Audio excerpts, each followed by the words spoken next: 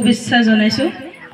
আজি এই বাগমাৰা গাঁৱত অনুষ্ঠিত হোৱা সজাগতা সভাৰ সভাপতিত্ব কৰা মাননীয় সভাপতি শ্ৰী ধৰণীবাম ডাঙৰীয়া আৰু এইখন সভাত উপস্থিত থকা আমাৰ ৰাভা হাছং অট'নমাছ কাউন্সিলৰ মুখ্য কাৰ্যবাহী সদস্য মাননীয় শ্ৰীযুত টংকেশ্বৰ ৰাভা ডাঙৰীয়া আৰু এইখন সভাত উপস্থিত থাকিব পৰা ৰাভা হাছং অট'নমাছ কাউন্সিলৰ সাধাৰণ সদস্য মাননীয় শ্ৰী প্ৰবত কলিতা ডাঙৰীয়া, এইখন সভাত উপস্থিত থাকিব পৰা মনিটৰিং কমিটিৰ সভাপতি তথা কলিতা সমাজৰ উপসভাপতি মাননীয় শ্ৰী মৃগেন কলিতা ডাঙৰীয়া, এইখন সভাত উপস্থিত থাকিব পৰা মনিটৰিং কমিটিৰ সম্পাদক মাননীয় প্ৰবীণ ৰাভা ডাঙৰীয়া, এইখন সভাত উপস্থিত থাকিব পৰা মণ্ডল কমিটিৰ সাংগঠনিক প্ৰচাৰ সম্পাদক মাননীয় দিলীপ দাস ডাঙৰীয়া আৰু এইখন সভাত উপস্থিত থাকিব পৰা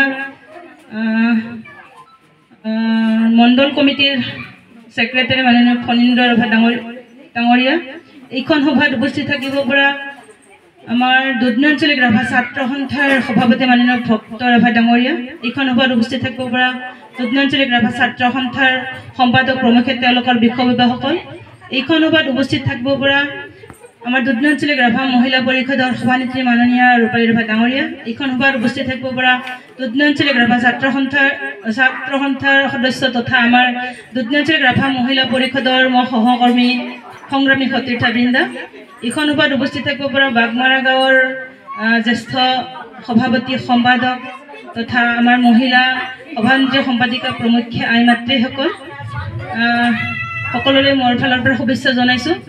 আচলতে এইখন গাঁৱত আজি সজাগতা সভা কৰিবলৈ অহাৰ উদ্দেশ্য আপোনালোকে নিশ্চয় গম পাইছে, উপৰোক্ত বক্তাসকলে ধুনীয়াকৈ বুজাই গৈছে, নিশ্চয় দীঘলীয়াকৈ ক'ব নালাগিব চাগে। আমাৰ অহা এপ্ৰিল প্ৰথম সপ্তাহ নহ'লে বা মাৰ্চৰ শেষলৈকে আমাৰ নিশ্চয় ৰাভা হাছং স্বায়ত্তশাসিত পৰিষদৰ ইলেকশ্যন হ'ব।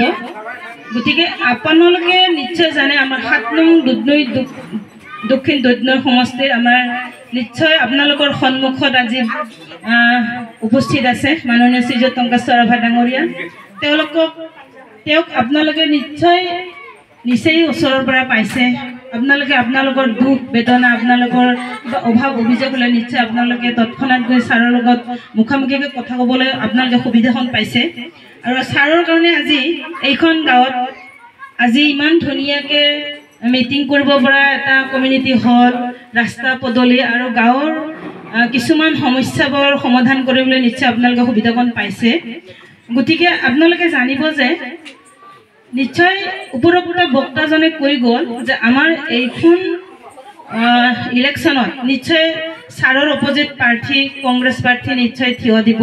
গতিকে আপোনালোকে ভুল নাযায় যাতে কংগ্ৰেছ পাৰ্টীক ভোট নিদি আমাৰ ছাৰক আমাৰ যৌথ মঞ্চৰ ফালৰ পৰা নিশ্চয় নিৰ্বাচিত হ'ব। গতিকে আমি ছাৰকে ভোট দি বিপুল ভোট দি আমি জয়যুক্ত কৰাৰ আমি চেষ্টা কৰিব লাগিব। সেইটো মই আপোনালোকৰ ওচৰত মই অনুৰোধ থাকিব যাতে আমি যিটো আমাৰ দাবী বৰ্তমান হৈ আছে 6 শিডিউল আমাৰ ডিমাণ্ড চলি আছে। গতিকে এই আমি বৰ্তমান 6 শিডিউল পোৱাই নাই।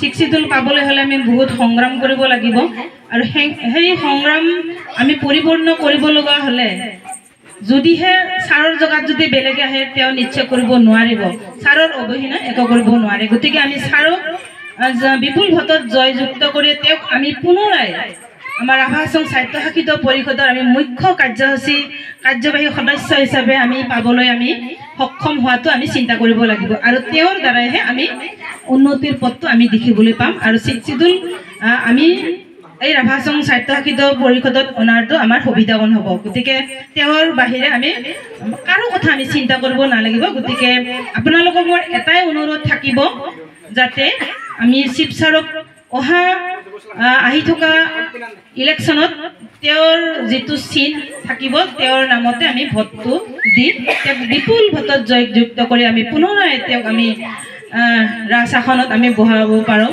সেইটোৱে আমি চিন্তা কৰিব লাগিব। গতিকে এইখিনিকে ক'লোঁ, আপোনালোকক এইটোৱে মোৰ অনুৰোধ থাকিল, বিশেষ নকওঁ, এইখিনিয়ে ক'লোঁ। নেম ৰাজক, ধন্যবাদ।